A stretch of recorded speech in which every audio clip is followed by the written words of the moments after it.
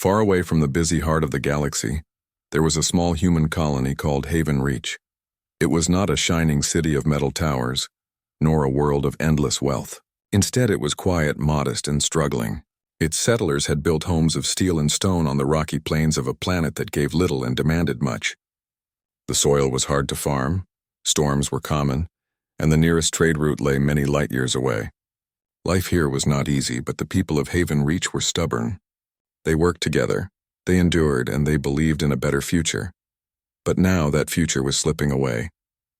The colony's crops were failing. The hydroponic towers that once fed everyone had broken filters, and many of the nutrient pumps no longer worked. Replacement parts were hard to get because the colony's starport was half broken. Their defense satellites, once reliable guardians, were outdated and weak. The colonists knew they were vulnerable, but they had no choice but to continue living on the edge. Every day was a struggle for survival. Then came the day the sky itself betrayed them. From the blackness of space, the Krava Dominion fleet appeared. The Krava were a warrior race, proud and merciless, who believed that the weak existed only to serve the strong. Their ships were jagged like blades, their colors blood red and iron gray. The moment their fleet arrived in orbit, panic swept across the colony. The Dominion sent a transmission, their warlord's voice sharp and mocking. People of Haven Reach, you are now property of the Krava Dominion. Lay down your arms. Surrender your ships, your homes, your food. Refuse and you will be crushed. Resist and you will be enslaved. The words struck fear into every colonist's heart. Families gathered together. Mothers pulled their children close, and elders looked to the sky with despair. The colony's leaders gathered in the central command dome, their faces pale as they debated what little choices remained. Their defense fleet was a handful of old frigates barely able to fire their cannons. Their ground defenses were outdated turrets, more useful against meteor storms than against warships. Haven Reach could not win. Governor Alara Miles, a woman who had led the colony for over a decade, stood before her council. Her voice was steady, though her heart was heavy. We are not strong enough to fight them, but we cannot simply bow. We must try. We must call for help even if no one comes. Her council nodded, though they knew the truth. The colony was too far, too isolated. Even if a fleet was dispatched, it might arrive weeks or months too late. Yet doing nothing would be worse. The governor ordered the emergency SOS beacon to be activated. The old machine, dusty from years of disuse, hummed to life. It broadcast a desperate message into the void, encoded with the colony's coordinates.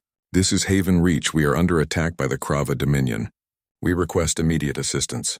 Please, if anyone hears us, help us. The message repeated over and over, racing through hyperspace across light years of emptiness. Most colonists believed it would never reach anyone in time. Some even doubted that anyone would care, but the signal was sent, and that was all they could do. Meanwhile, in orbit, the Krava commander, Lord Varkesh, sneered as he listened to the beacon. Fools, do they think help will come? No fleet will travel this far for a worthless rock like this. Let them cry to the stars. No one listens in the dark. His warriors laughed, their voices cold and cruel. To them, Haven Reach was nothing more than prey. Meat for their soldiers, labor for their factories, fuel for their empire. They gave the colony one day to surrender. On the surface, the colonists did not surrender. Instead, they prepared. Engineers reinforced the colony walls with scrap metal. Farmers handed out their remaining food so families would not starve during the siege. Old rifles and plasma tools were cleaned and distributed. Children were moved into underground shelters. Even though they knew resistance was hopeless, the people of Haven Reach refused to kneel without a fight. In the midst of their fear, stories began to circulate. Around campfires, in crowded mess halls, in the whispers of frightened children, old tales were remembered. Tales of the Deathworlders. Humans, after all, came from Earth, a planet filled with predators, storms, and endless dangers. Other species called Earth a death world, a place no sane civilization would have survived. Yet humanity had not only survived, it had thrived. Legends told of the Deathworlder fleet, a force built not for conquest but for protection. Ships of steel and fire, crewed by people who never surrendered. Some colonists laughed at the idea. Others clung to it as their only hope. Governor Miles, standing in the command dome, listened to the whispers. She had once served in the fleet years ago, before retiring to lead Haven Reach. She knew the stories were true, but she also knew the fleet was stretched thin, guarding countless human colonies across the galaxy. Would they come for one small outpost, so far from the heart of civilization? She did not know. Yet she prayed. As the night fell over Haven Reach, the colony held its breath.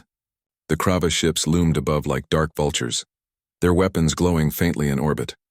On the ground, families huddled together, listening to the faint hum of the SOS beacon, still sending its call to the stars. And then, far away in the endless reaches of deep space, something stirred. The message reached an old listening station on the edge of human territory. From there, it was forwarded through secure channels, reaching the command of Earth's Central Defense Fleet. The words Krava Dominion and Colony under attack lit up the screens of admirals and officers. Reports were analyzed, maps studied, risks weighed. The decision did not take long.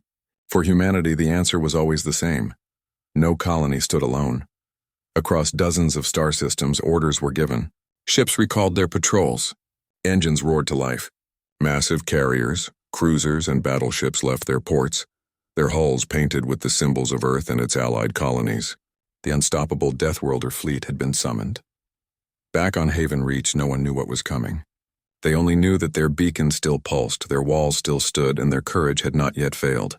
The colonists waited, afraid yet unbroken.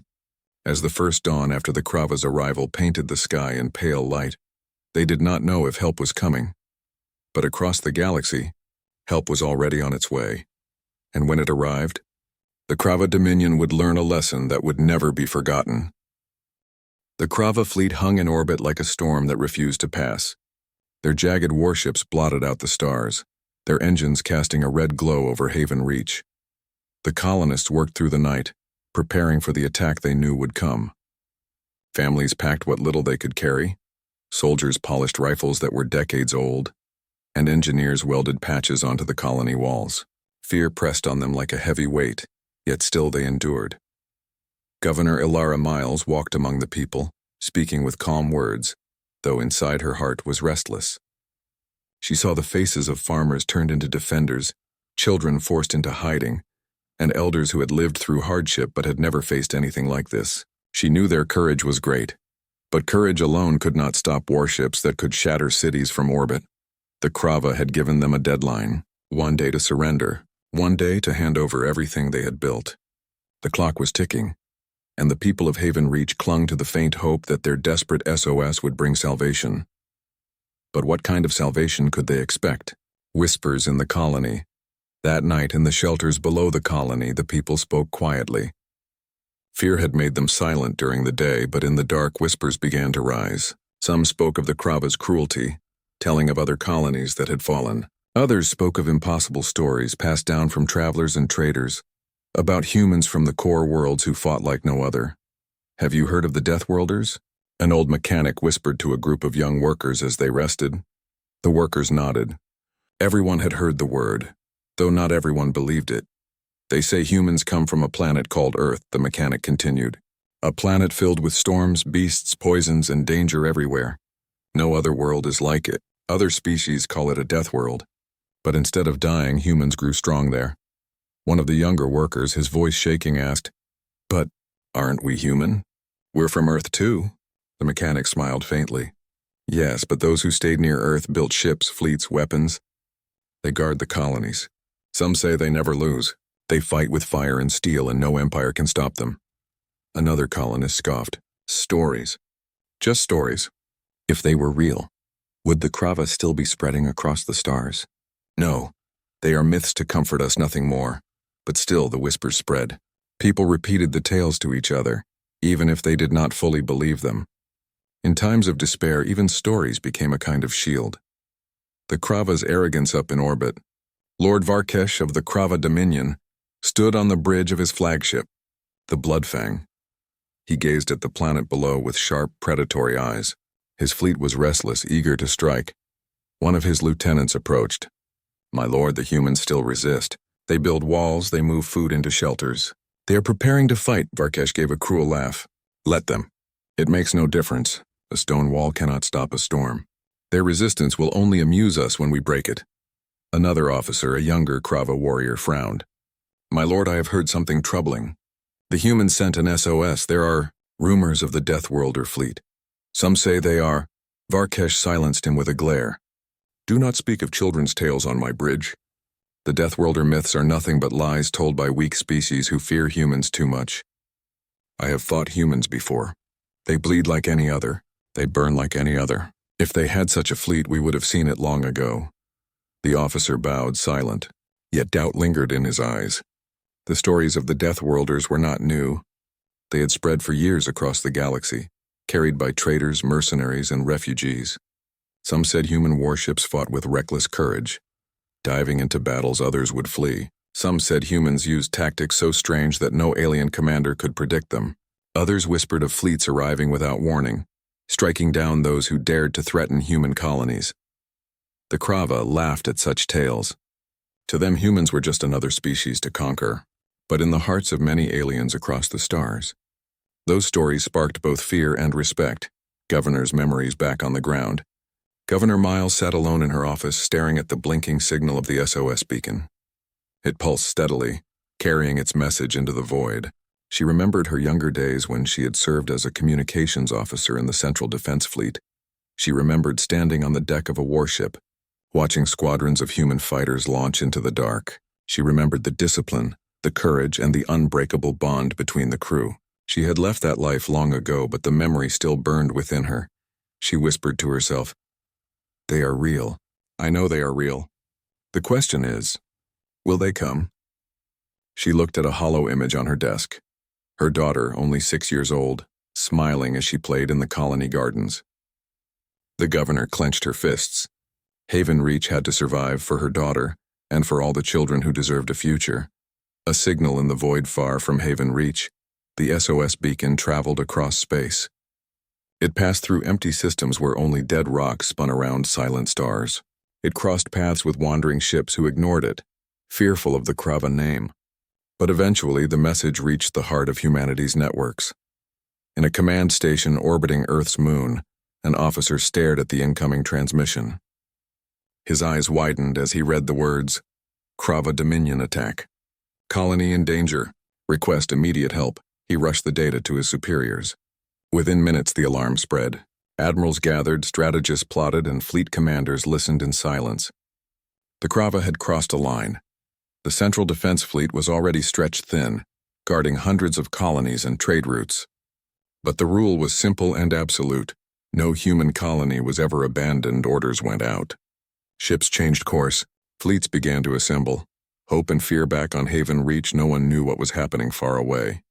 The colonists only saw the Krava ship still circling above, waiting to strike. Some began to lose hope, their voices bitter. "They will not come," one man said. "We are too far. We are forgotten," others argued. "No, the fleet will come. They must. We cannot be alone." Children listened, their eyes wide, not knowing which words to believe. Governor Miles stood before them all and spoke firmly. "We are not forgotten. The beacon has been sent and humanity hears its children's cries. We will not surrender. We will not kneel. If we must fight, we fight together. And if help comes, it will find us standing." Her words gave the people strength, though uncertainty still gnawed at them. The shadows of rumors, in alien taverns and ports across the galaxy, the story of Haven Reach began to spread. Traders carried the tale of the colony under siege and whispers grew. Some pitied the humans. Others shook their heads, convinced the colony was already lost. Yet some leaned closer and whispered of what might come next. "They sent an SOS," one said. "And who will answer it?" Another asked. "The Deathworlders," came the hushed reply.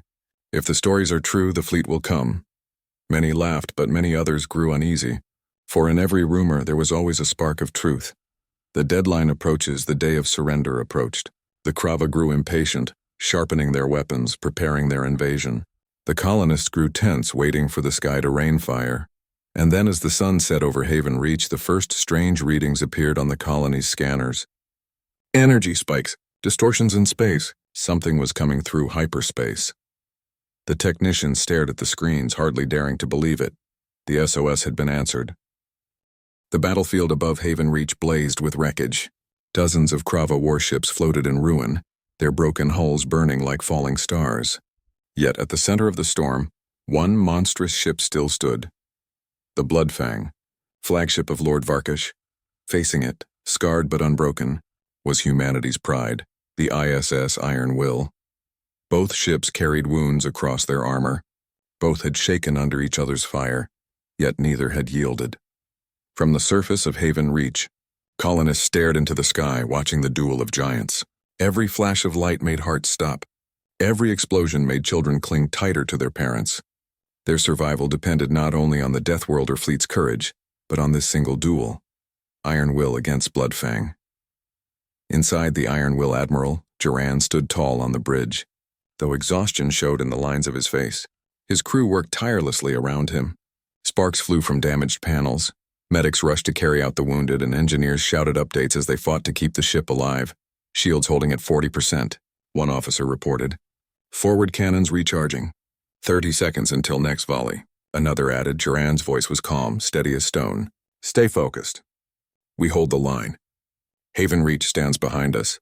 We will not fail them, his crew answered with firm voices. They had fought beside him through countless battles, and they trusted him as much as they trusted their own hands. Inside the Bloodfang on the Krava flagship, Lord Varkesh paced like a beast in a cage. His ship trembled from the Iron Will's relentless fire. Officers shouted warnings as systems failed. Our starboard cannons are destroyed. Deck 9 is breached. Casualties mounting, my lord. Varkesh roared in fury. Patch the wounds. Keep firing. I will not bow to prey. Yet in his heart he felt the creeping weight of doubt. Never before had prey fought like this. Never before had an enemy refused to break under the fury of the Dominion. These humans were unlike anything he had faced. Unity on the ground. While the two flagships fought in orbit, life in Haven Reach continued under pressure. Colonists refused to hide in fear. Farmers became mechanics, fixing broken comms to guide damaged ships. Children carried supplies into bunkers. Medics cared for the wounded with what little resources they had. Governor Miles worked among them, not as a leader above the people, but as one of them. She helped weld broken doors, carried boxes of rations, and encouraged the fearful. One child asked her, "Governor, will the fleet win?" She knelt to meet the child's eyes. Yes, because they are not fighting alone. They fight with us, with every heart here, with every human across the stars. That is our strength. We stand together. Her words spread through the colony like fire. The people no longer felt helpless. Even without weapons, they were part of the fight. The duel intensifies. Back in orbit, the Iron Will and the Bloodfang exchanged another volley. Space shook with the thunder of their cannons. Main reactor heating beyond safe limits. An engineer shouted aboard the Iron Will. Keep it steady, Duran ordered. Reroute power from secondary engines. The ship groaned, but its weapons fired again, tearing another hole in the Bloodfang's armor. On the Krava flagship, panic spread. Whole sections of the ship burned. Dozens of crew had fallen. Yet Varkesh still roared, "We are the Dominion. They cannot defeat us." But his crew no longer looked certain. Fear flickered in their eyes. A desperate gambit. The Iron Will shook violently as another blast struck home. Lights dimmed, alarms screamed. One officer turned to Duran. "Admiral, if we continue this way, both ships will be destroyed." Duran's eyes narrowed. "Then we end it now. Prepare the boarding pods." The crew froze for a heartbeat, stunned. Boarding the Bloodfang meant certain danger. It was an enemy stronghold filled with warriors. But the Admiral's tone left no doubt. It had to be done. Teams of Marines rushed to their pods armed with rifles and explosives. They knew their mission: cripple the Bloodfang from the inside no matter the cost. The boarding dozens of pods launched from the Iron Will, streaking through fire and debris. Some were destroyed before they reached their target, but many struck the Bloodfang's hull, burrowing into its armor. Hatches opened, and human Marines poured into the Krava flagship. Fierce battles erupted in the corridors. Krava warriors met them with blades and plasma rifles. But the humans fought with determination beyond fear. Every step forward was paid for in sweat and blood. But the Marines pressed on, targeting the reactor chambers and weapons control rooms. From the surface, colonists watched streaks of fire enter the enemy ship, realizing what it meant. Humanity was not just holding the line. They were taking the fight directly into the monster's heart. The Krava's last stand, Lord Varkesh felt the tremors as human Marines stormed his ship. He bellowed to his warriors, "Drive them out! Show them the wrath of the Dominion!" But the tremors grew stronger. Explosions rocked the Bloodfang from within as reactors overloaded and weapons fell silent. The humans were cutting out the ship's fangs piece by piece. Finally, the bridge doors shuddered under the sound of approaching fire. Varkesh gripped his blade tightly, fury burning in his eyes. If they want my ship, they will have to take it from my hands. The breaking point on the Iron Will. Admiral Duran watched the battle unfold through tactical displays. He saw boarding teams advancing, heard reports of reactor breaches inside the Bloodfang. His voice was calm but firm. This is the breaking point. Focus all fire on their engines. They will not escape. The Iron Will's cannons thundered. Missiles tore into the Bloodfang's rear thrusters, shattering them in a storm of light. The Crava flagship lurched, crippled, unable to maneuver. On Haven Reach, the colonists saw the massive ship tilt in the sky, its power fading. They erupted into cheers, voices echoing through the shelters and open fields. For the first time, they felt victory was within reach. The fall of the Bloodfang inside the Crava flagship, chaos ruled. Fires spread uncontrolled. Hull breaches vented warriors into space. Systems failed one after another. Lord Varkesh stood on his burning bridge, defiant even as his empire's pride crumbled around him. "I am the Dominion," he roared. "I do not—" Before he could finish, an explosion tore through the bridge. The Bloodfang shuddered violently, its spine breaking. From the Iron Will, Admiral Duran gave the final command. "Finish it." All remaining human ships focused their fire. Beams and missiles rained down, striking the Bloodfang in a storm of destruction. The flagship cracked apart, its core detonating in a blinding explosion that lit up the skies of Haven Reach. The duel of giants was over. Silence. After the storm, when the light faded, only wreckage remained. The Crava fleet was shattered, their flagship destroyed. Those few ships that survived fled into hyperspace, broken and defeated. The battlefield grew silent, save for the faint hum of human engines. The Deathworlder fleet had stood firm. Humanity had triumphed. On the surface, colonists fell to their knees, crying and laughing at once. Children danced in the streets, elders embraced, and Governor Miles raised her hand toward the burning sky. We endured, we stood, and we were not alone. The true strength of humanity, as the Iron Will and its fleet regrouped, repairs began at once. Crews worked without rest, patching holes, restoring systems, and treating the wounded. They did not celebrate. For them, victory was not an end. It was duty fulfilled. On Haven Reach, colonists joined in the effort. Engineers guided damaged ships to the colony's landing pads.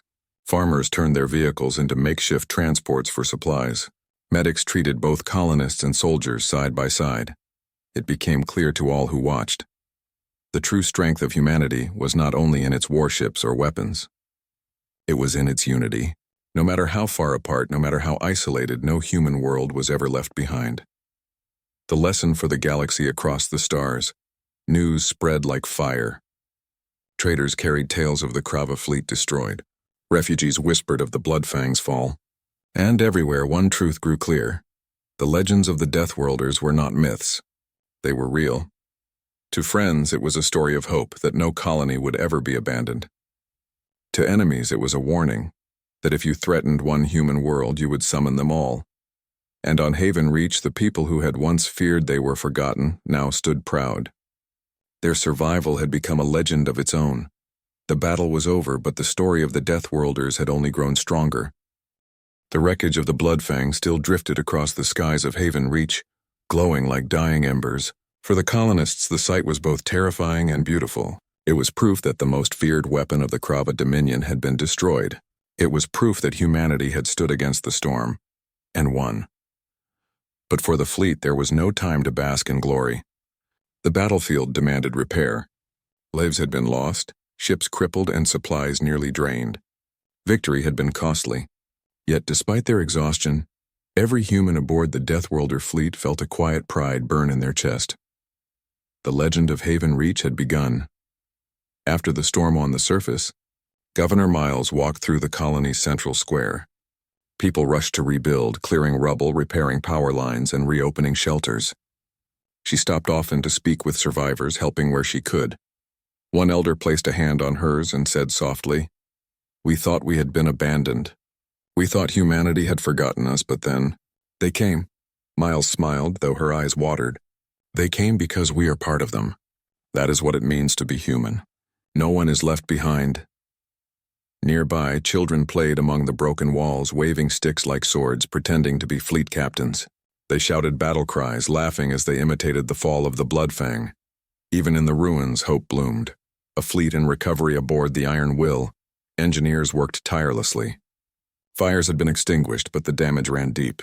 Hull plates were scorched, reactors strained, and medical bays overflowed. Admiral Joran walked the corridors, stopping to speak with crew and medics. He praised their courage, thanked them for their sacrifices, and listened to their reports. Every person he passed straightened with pride. When he reached the command bridge, his officers rose to attention. "Admiral," one said, "long-range scans confirm the Krava remnants have retreated beyond this sector." "We hold Haven Reach," Joran nodded. "Then we rebuild. We send word to every colony. Let them know humanity does not bend. Let them know Haven Reach still stands." His words were carried across comms, reaching every ship and soldier. Tired faces lifted and weary voices cheered. The Deathworlder fleet had not only saved a colony, they had proven their unity to the galaxy. Whispers among the stars' news of the battle spread faster than light. Traders, smugglers, and refugees carried stories of what had happened. In marketplaces and ports, beings from dozens of species whispered of the day the Deathworlders answered an SOS. Some spoke in awe. They say one human ship held off a Krava fleet long enough for the others to arrive. They say their flagship fought the Bloodfang itself, and won. They say humans are not conquerors, but protectors. Others spoke in fear. If the Deathworlder fleet comes for you, there is no escape. They do not fight for treasure or power, they fight for each other. That makes them unstoppable. For allies, the story brought comfort. For enemies, it brought dread. The Krava's shamefar from Haven Reach, in the dark halls of the Krava Dominion, rage burned. Lords of the Dominion argued among themselves, demanding vengeance. The destruction of the Bloodfang was a wound to their pride, a scar that could not be hidden. Yet whispers of doubt spread among their ranks. Warriors who had once mocked humanity now spoke of them with caution. They fought like predators, not prey. They destroyed our flagship. They will come again. The Dominion had not been defeated fully, but the myth of their invincibility had been shattered, and in its place a new legend rose, the legend of the Deathworlders. A meeting of survivors. Weeks after the battle, the colonists of Haven Reach gathered in the great hall that had once been a storage depot. It was repaired, lit by lanterns, and decorated with banners of hope. The fleet's officers stood alongside them. Admiral Joran spoke first. "You sent an SOS and we answered.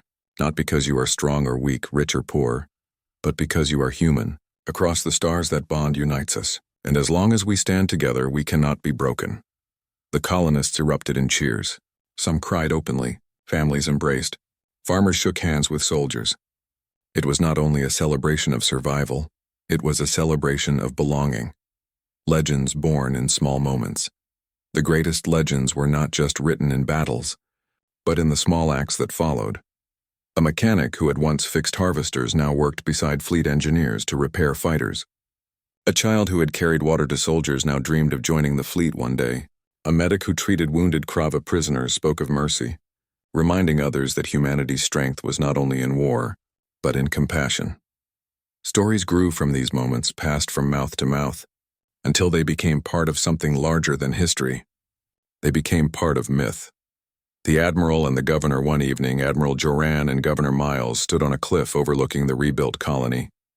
Fires glowed warmly in the streets, not from war, but from lanterns and kitchens. Music drifted up from below as colonists celebrated quietly. Miles broke the silence. "When I sent that SOS, I did not believe anyone would come. I sent it as a last hope." Joran looked at the sky where fragments of the Bloodfang still twinkled like fading stars. "And yet we came. That is who we are. We may be scattered across the galaxy, but no voice is unheard." Miles smiled softly. "You did more than save us. You gave us back our faith." The Admiral's reply was simple. "Then hold on to it, because one day others will need it too." The return to the stars after months of rebuilding, the Deathworlder fleet prepared to leave. Their mission was not only to protect Haven Reach, but to answer calls wherever they rose. As the ships lifted into the sky, The colonists gathered once more. Children waved flags, elders raised their hands in farewell, and voices shouted blessings into the air. The Iron Will rose last, its engines roaring like thunder. To the colonists, it was not just a ship, it was a guardian, a symbol of hope. When the fleet vanished into hyperspace, the people of Haven Reach knew they were no longer forgotten. They were part of something greater. The message to the galaxy across the stars, the story of Haven Reach, spread in a single message repeated on hundreds of channels. An SOS was sent. The Deathworlders answered. The Krava fell. Humanity stands together. It was not only a report, it was a warning, a promise, and a legend all at once. The message carried weight far beyond military victory. It told the galaxy that the Deathworlders were more than warriors. They were family. The legend grows years later, when children on Haven Reach asked their parents about the glowing wreckage still visible in orbit. They were told the story of the day humanity answered the call. Songs were written, statues built, and stories shared. Some exaggerated the events, claiming the Iron Will fought 100 ships alone, or that Admiral Duran faced Lord Varkesh in single combat. But the truth was already greater than any fiction. Humanity had proven its unity. On distant worlds, colonists repeated the tale with pride, and in dark corners of the galaxy, enemies whispered it with fear. The SOS of Haven Reach had done more than summon a fleet. It had awakened a legend. The night sky above Haven Reach glowed with the crimson fire of the Krava ships. Their fleet floated like predators circling wounded prey. On the ground, the colonists waited for the end. Their weapons clutched tightly, though they knew such tools could never match the enemy's warships. Governor Alara Miles stood in the command dome, her eyes fixed on the radar screens. The Krava deadline was almost over. Soon they would descend and the colony would burn. She prayed silently for a miracle, though she dared not speak the word aloud. Then the scanners flickered. At first, the readings looked like static, just random distortions in hyperspace. But the patterns grew clearer, stronger, unmistakable. Something vast was coming through. The technicians gasped. Multiple contacts, hundreds, no, thousands of signatures, jump drives activating. They're human ships. For a moment, silence fell over the command dome.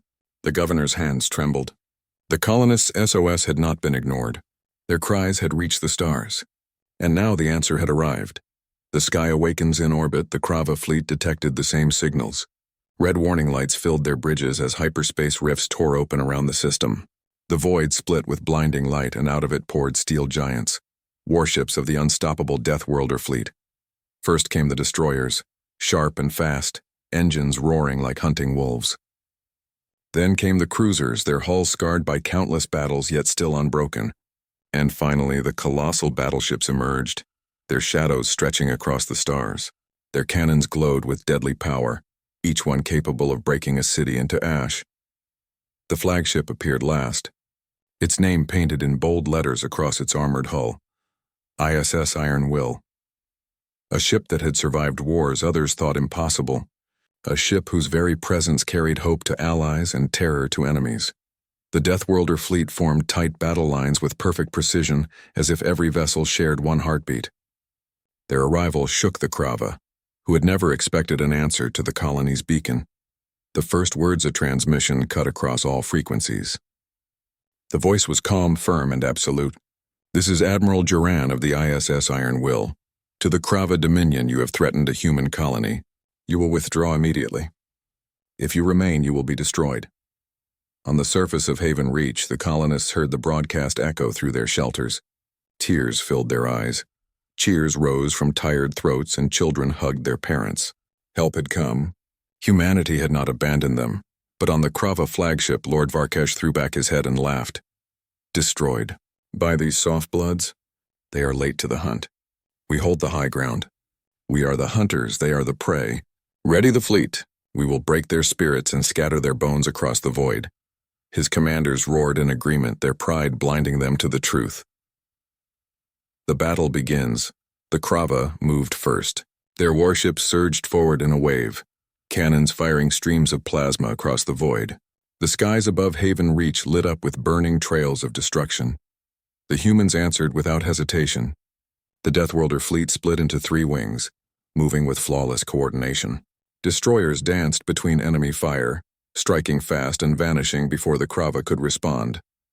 Cruisers turned their broadsides, unleashing barrages of missiles that tracked their prey with unerring precision. Battleships advanced like mountains of steel, their shields holding steady against the storm. On the surface, colonists watched the night explode with light. Streaks of fire crossed the heavens, each one a duel of life and death. For the first time, hope burned brighter than fear. Tactics of Deathworlders, the Krava had fought many species before. They expected the humans to fight with caution, to retreat when outnumbered.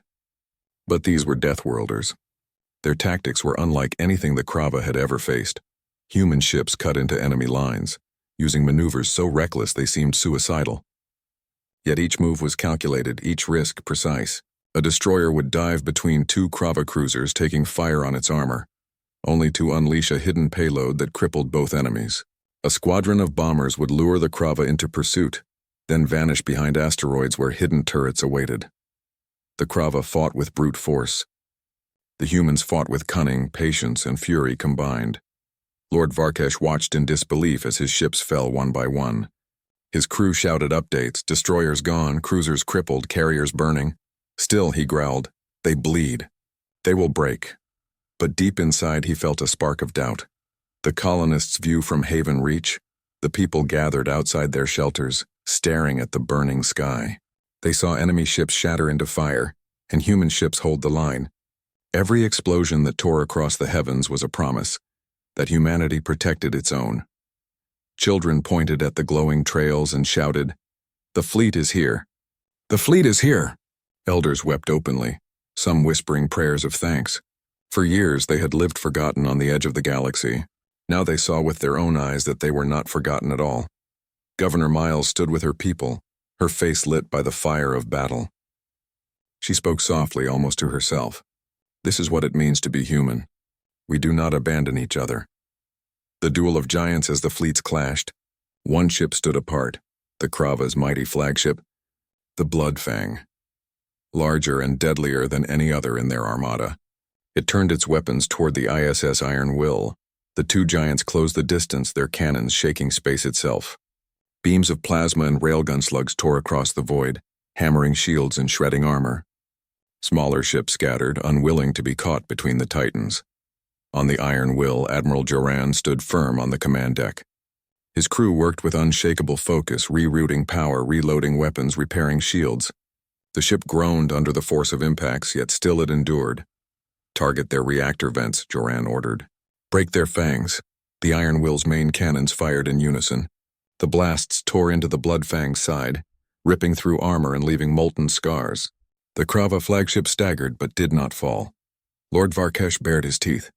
They think they can face me? Show them the wrath of the Dominion. The Bloodfang unleashed its full arsenal, pounding the Iron Will with a storm of fire. The human flagship shook, alarms blaring, but its crew refused to falter. The duel had only begun. The turning tide. While the two giants traded blows, the rest of the battlefield shifted. Human destroyers outflanked the Krava fleet, striking at supply ships and carriers. Cruisers pushed deep into enemy lines, cutting their formation apart. Every move the Deathworlder fleet made was coordinated, every strike perfectly timed. The Krava, who relied on brute force and intimidation, found themselves outmatched by strategy they could not predict. Their fleet began to break apart, their commanders shouting in panic as they realized they were not fighting prey, but predators far more dangerous than themselves. Colonists on Haven Reach saw enemy wreckage raining down like meteors. Cheers rose across the colony. Hope had turned to triumph in their hearts. A lesson in fear. For the first time, Lord Varkesh felt fear. He had dismissed the Deathworlder tales as myths, stories to frighten children. But now he saw the truth. These humans were not weak. They were not prey. They were Deathworlders, children of a world so harsh that survival itself had forged them into warriors unmatched. He snarled at his crew, refusing to retreat. We are the Dominion. We do not flee. But deep inside he knew the tide had turned. The dawn of victory. As dawn rose over Haven Reach, the Krava fleet lay shattered. Dozens of their ships burned in orbit, their wreckage casting shadows across the planet's surface. The Deathworlder fleet held the sky, their banners unbroken, their engines glowing with the promise of survival. The colonists wept with joy. They had been saved, but the battle was not yet over. The Bloodfang still stood, scarred but not destroyed. The duel between it and the Iron Will would decide the final outcome. And in that moment, both friend and foe understood. The legends of the Deathworlders were real. And their story had only just begun.